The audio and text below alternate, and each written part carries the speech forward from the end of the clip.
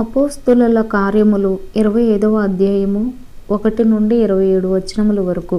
1వ వచనము నుండి, ఫేస్తు ఆ దేశాధికారమునకు వచ్చిన 3 దినములకు కైసరు నుండి యెరూషలేమునకు వెళ్ళెను. అప్పుడు ప్రధాన యాజకులను యూదులలో ముఖ్యులను పౌలు మీద తాము తెచ్చిన ఫిర్యాదు సంగతి అతనికి తెలియజేసిరి. మరియు త్రోవలో అతనిని చంపుటకు పొంచి ఉండి, మీరు దయచేసి అతనిని యెరూషలేమునకు పిలువనంపించుడని అతనిని గూర్చి ఫేస్తు నొద్ద మనవి చేసిరి. అందుకు ఫేస్తు, పౌలు కైసరయలో కావలిలో ఉన్నాడు, నేను శీఘ్రముగా అక్కడికి వెళ్ళబోచున్నాను గనుక మీలో సమర్థులైన వారు నాతో కూడా వచ్చి ఆ మనుషుని యందు తప్పిదమేదైనా ఉంటే అతని మీద మోపవచ్చునని ఉత్తరమిచ్చెను. అతడు వారి యొద్ద 8-10 దినములు గడిపి కైసరయ్యకు వెళ్ళి మరునాడు న్యాయపీఠము మీద కూర్చుండి పౌలును తీసుకుని రమ్మని ఆజ్ఞాపించెను. పౌలు వచ్చినప్పుడు యెరూషలేము నుండి వచ్చిన యూదులు అతని చుట్టూ నిలిచి భారమైన నేరములనేకములు మోపిరి గాని వాటిని రుజువు చేయలేకపోయిరి. అందుకు పౌలు యూదుల ధర్మశాస్త్రమును గూర్చి గాని దేవాలయమును గూర్చి గాని కైసరును గూర్చి గాని నేనెంత మాత్రమును తప్పిదము చేయలేదని సమాధానము చెప్పెను. అయితే ఫేస్తు యూదుల చేత మంచివాడనిపించు కొనవలెనని యెరూషలేమునకు వచ్చి అక్కడ నా ఎదుట ఈ సంగతులను గూర్చి విమర్శింపబడుట నీకిష్టమా అని పౌలును అడిగెను. అందుకు పౌలు, కైసరు న్యాయపీఠము ఎదుట నిలువబడి ఉన్నాను, నేను విమర్శింపబడవలసిన స్థలమిదే. యూదులకు నేను అన్యాయమేమియూ చేయలేదని తమరికి బాగుగా తెలియను. నేను న్యాయము తప్పి మరణమునకు తగినదేదైనను చేసిన ఎడల మరణమునకు వెనుక తీయను. వీరు నా మీద మోపుచున్న నేరములలో ఏదియు నిజము కాని ఎడల నన్ను వారికి అప్పగించుటకు ఎవరి తరము కాదు, కైసరు ఎదుటనే చెప్పుకొందునెను. అప్పుడు ఫేస్తు తన సభవారితో ఆలోచన చేసిన తరువాత, కైసరు ఎదుట చెప్పుకొందునంటివే కైసరు నొద్దకే పోవదు అని ఉత్తరమిచ్చెను. కొన్ని దినములైన తరువాత రాజైన అగ్రిప్పయు బెర్నీకేయు ఫేస్తు దర్శనము చేసుకునుటకు కైసరయ్యకు వచ్చిరి. వారక్కడ అనేక దినములుండగా ఫేస్తు పౌలు సంగతి రాజుకు తెలియచెప్పెను. ఏమనగా, ఫేలిక్స్కు విడిచిపెట్టిపోయిన ఒక ఖైదీ ఉన్నాడు. నేను యెరూషలేములో ఉన్నప్పుడు ప్రధాన యాజకులను యూదుల పెద్దలను అతని మీద తెచ్చిన ఫిర్యాదు తెలిపి అతనికి శిక్ష విధింపవలెనని వేడుకొనిరి. అందుకు నేను నేరము మోపబడిన వాడు నేరము మోపిన వారికి ముఖాముఖిగా వచ్చి తన మీద మోపబడిన నేరమును గూర్చి సమాధానము చెప్పుకొనుటకు అవకాశం ఇయ్యక మునుపు ఏ మనుష్యునినైనను అప్పగించుట రోమిల ఆచారము కాదని ఉత్తరమిచ్చితిని. కాబట్టి వారిక్కడికి కూడి వచ్చినప్పుడు నేను ఆలస్యం ఏమీయూ చేయక మరునాడు న్యాయపీఠం మీద కూర్చుండి ఆ మనుషుని తీసుకొని రమ్మని ఆజ్ఞాపించితిని. నేరము మోపిన వారు నిలిచినప్పుడు నేననుకొనిన నేరములలో ఒకటి అయినను అతని మీద మోపిన వారు కారు. అయితే తమ మతమును గూర్చియు చనిపోయిన యేసు అను ఒకని గూర్చియు ఇతనితో వారికి కొన్ని వివాదములున్నట్టు కనబడెను. ఆ యేసు బ్రతికి ఉన్నాడని పౌలు చెప్పెను. నేనట్టి వాదముల విషయమై ఎలాగున విచారింపవలెనో ఏమీయూ తోచక యెరూషలేమునకు వెళ్ళి అక్కడ వీటిని గూర్చి విమర్శింపబడుటకు అతనికిష్టమవునేమో అని అడిగితిని.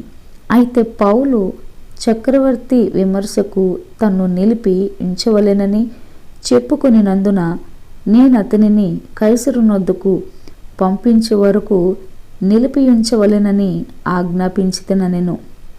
అందుకు అగ్రిప్ప, ఆ మనుషుడు చెప్పుకొనున్నది నేనును వెనుగోరుచున్నానని ఫేస్తుతో అనగా అతడు రేపు వినవచ్చునని చెప్పెను. కాబట్టి మరునాడు అగ్రిప్పయు బెర్నీకేయు మిక్కిలి ఆడంబరముతో వచ్చి సహస్రాధిపతులతోనూ పట్టణ మందలి ప్రముఖులతోనూ అధికార మందిరములో ప్రవేశించిన తరువాత ఫేస్తు ఆజ్ఞ ఇయ్యగా పౌలు తేబడెను. అప్పుడు ఫేస్తు, అగ్రిప్ప రాజా, ఇక్కడ మాతో ఉన్న సమస్త జనులారా, మీరు ఈ మనుషుని చూచుచున్నారు. యెరూషలేములోను ఇక్కడను యూదులందరూ వీడు ఇక బ్రతుకు తగడని కేకులు వేయచ్చు అతని మీద నాతో మనవి చేసుకొనిరి. ఇతడు మరణమునకు తగినది ఏమీ చేయలేదని నేను గ్రహించి ఇతడు చక్రవర్తి ఎదుట చెప్పుకొందునని అనినందున ఇతని పంప నిశ్చయించి ఉన్నాను. ఇతని గూర్చి మన ఏలిన వారి పేర వ్రాయుటకు నాకు నిశ్చయమైనది ఏమీ కనబడలేదు గనుక విచారణ అయిన తరువాత వ్రాయుటకు ఏమైనను నాకు దొరకవచ్చునని మీ అందరి ఎదుటికిని అగ్రిప్ప రాజా, ముఖ్యముగా మీ ఎదుటికిని ఇతని రప్పించి ఉన్నాను. ఖైదీ మీద మోపబడిన నేరములను వివరింపకుండా అతని పంపుట యుక్తం కాదని నాకు తోచుచున్నదని చెప్పెను. అపోస్తుల కార్యములు 26వ అధ్యాయము 1 నుండి 32 వచనముల వరకు. 1వ వచనము నుండి, అగ్రిప్ప పౌలును చూచి నీ పక్షమును చెప్పుకొనుటకు నీకు సెలవైనదనెను. అప్పుడు పౌలు చేయి చాచి ఇలాగూ సమాధానము చెప్పసాగెను.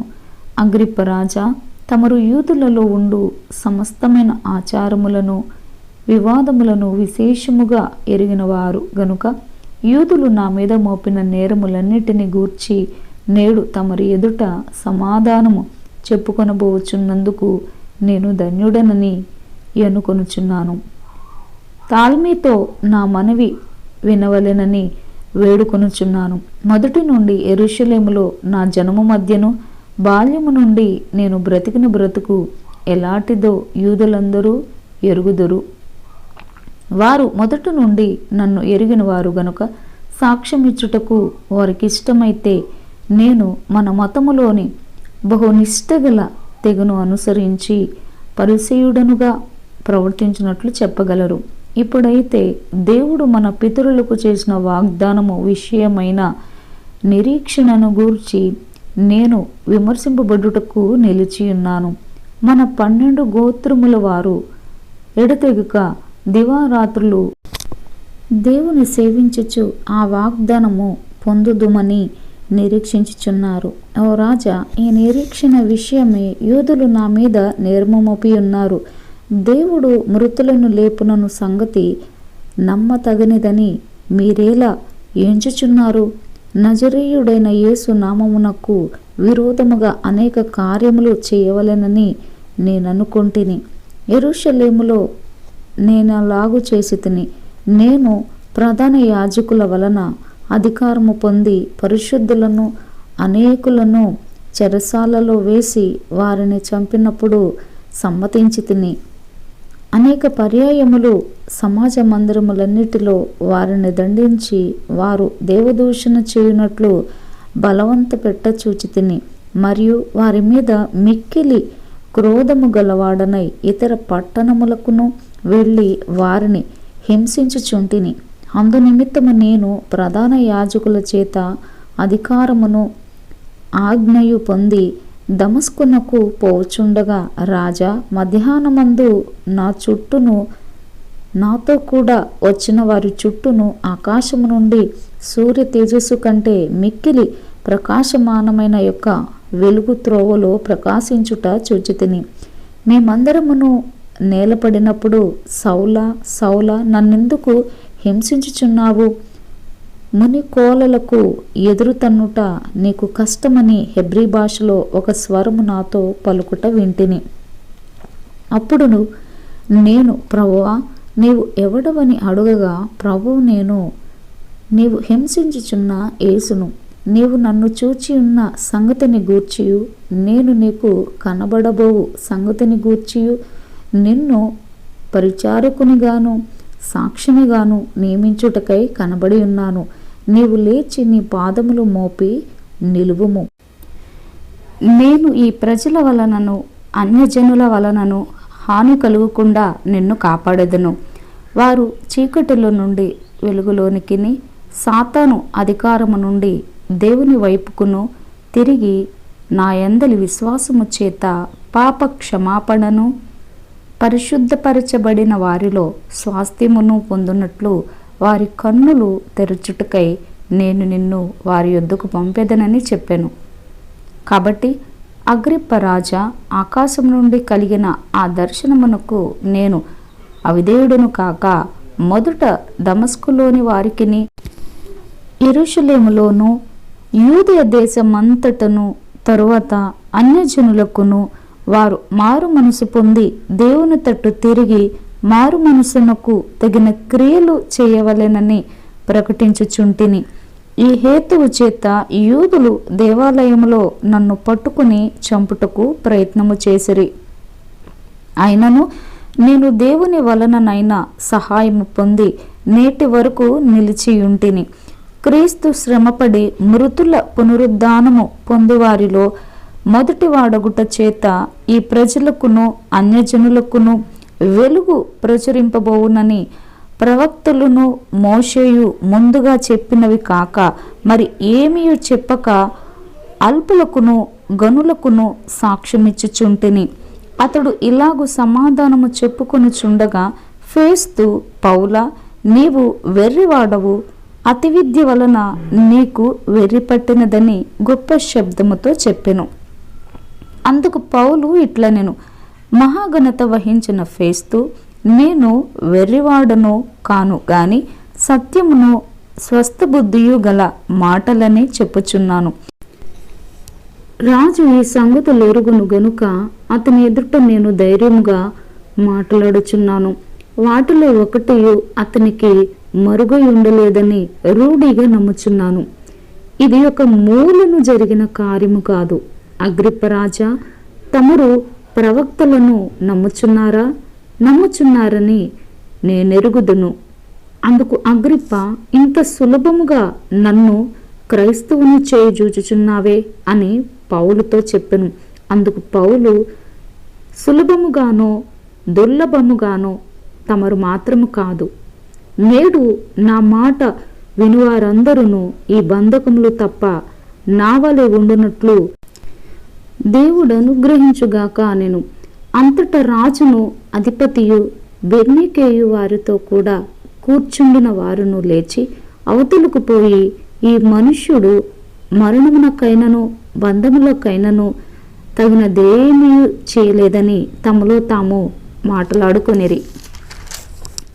అందుకు అగ్రిప్ప, ఈ మనుష్యుడు కైసరు ఎదుట చెప్పుకొందునని అనని ఎడల ఇతనిని విడుదల చేయవచ్చునని ఫేస్తుతో చెప్పెను.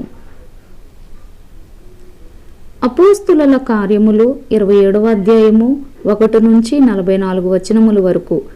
1వ వచనము నుండి, మేము ఓడ ఎక్కి ఇటలీ వెళ్ళవలెనని నిర్ణయమైనప్పుడు వారు పౌలును మరికొందరు ఖైదీలను ఆగుస్తు పటాలములో శతాధిపతి అయిన యూలి అనువానికి అప్పగించిరి.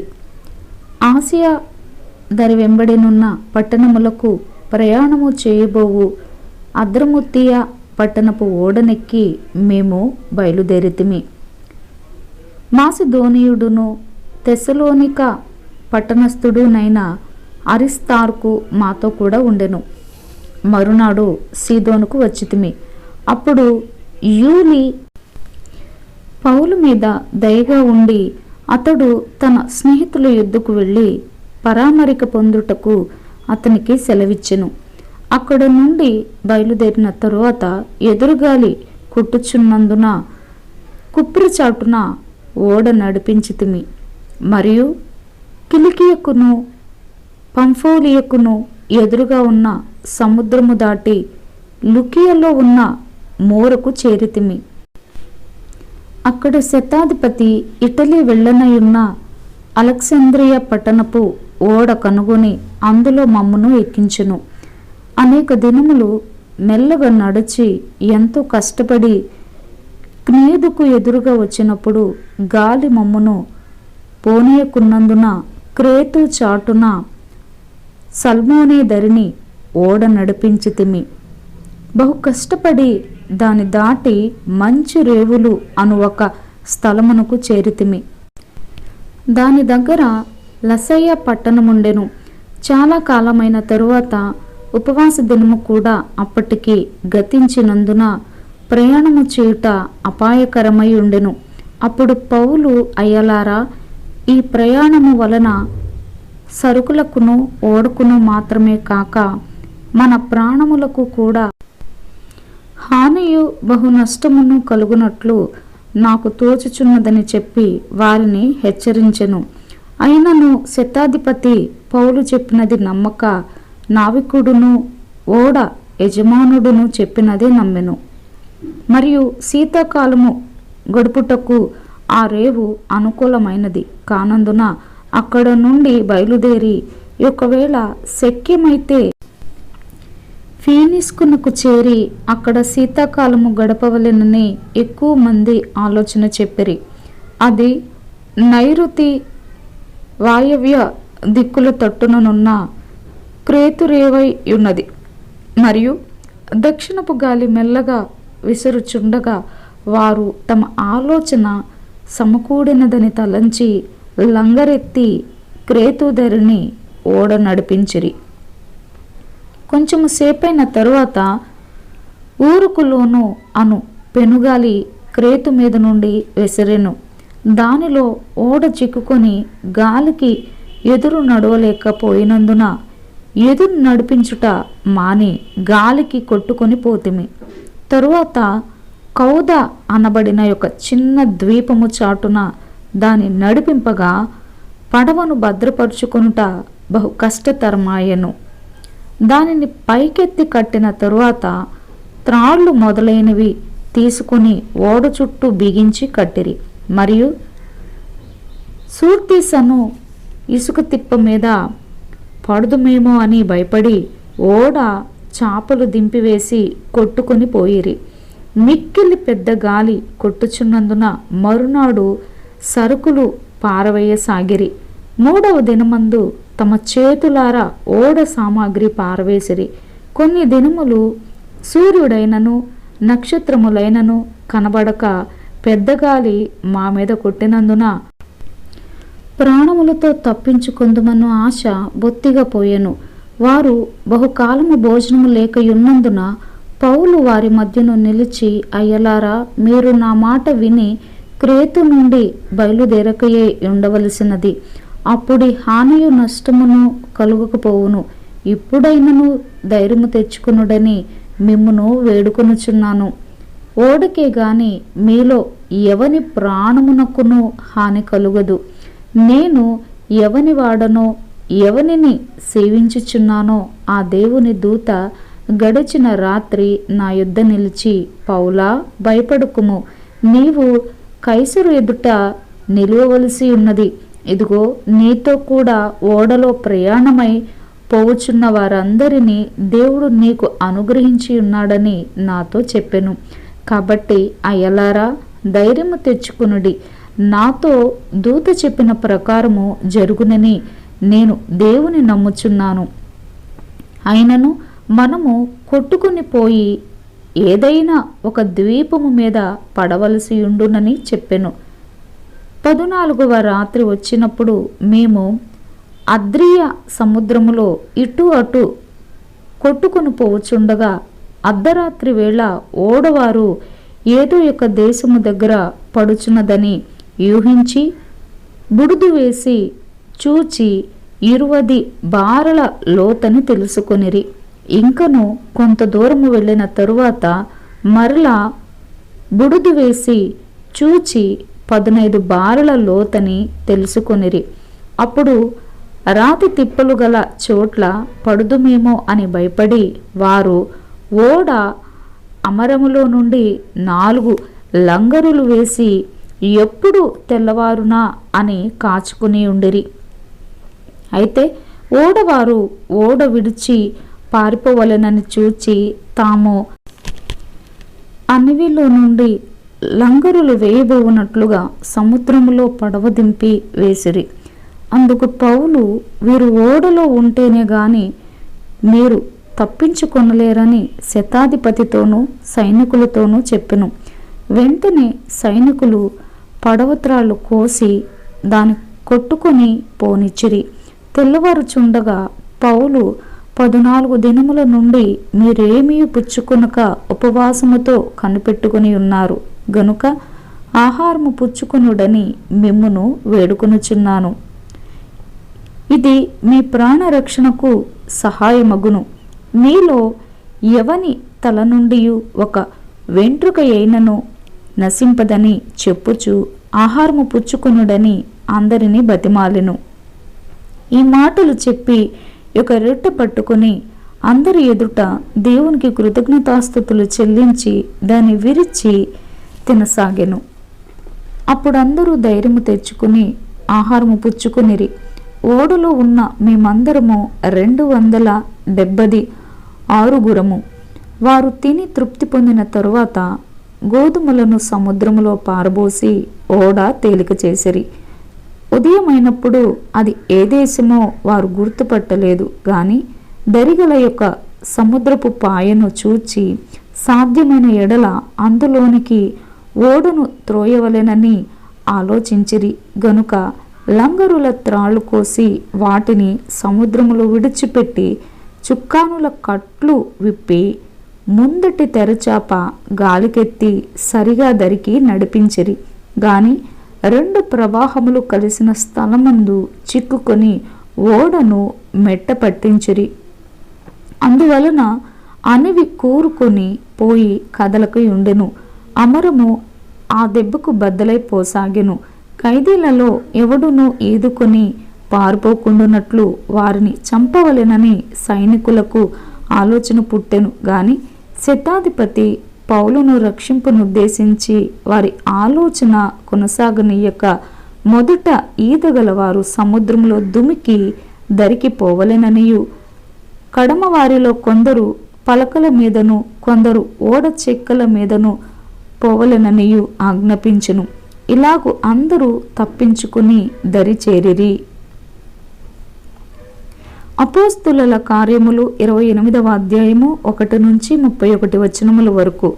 1వ వచనము నుండి, మేము తప్పించుకునిన తరువాత ఆ ద్వీపము మిలితే అని తెలుసుకుంటుమి. అనాగరికులకు ఆ ద్వీపవాసులు మాకు చేసిన ఉపచార మింతింత కాదు.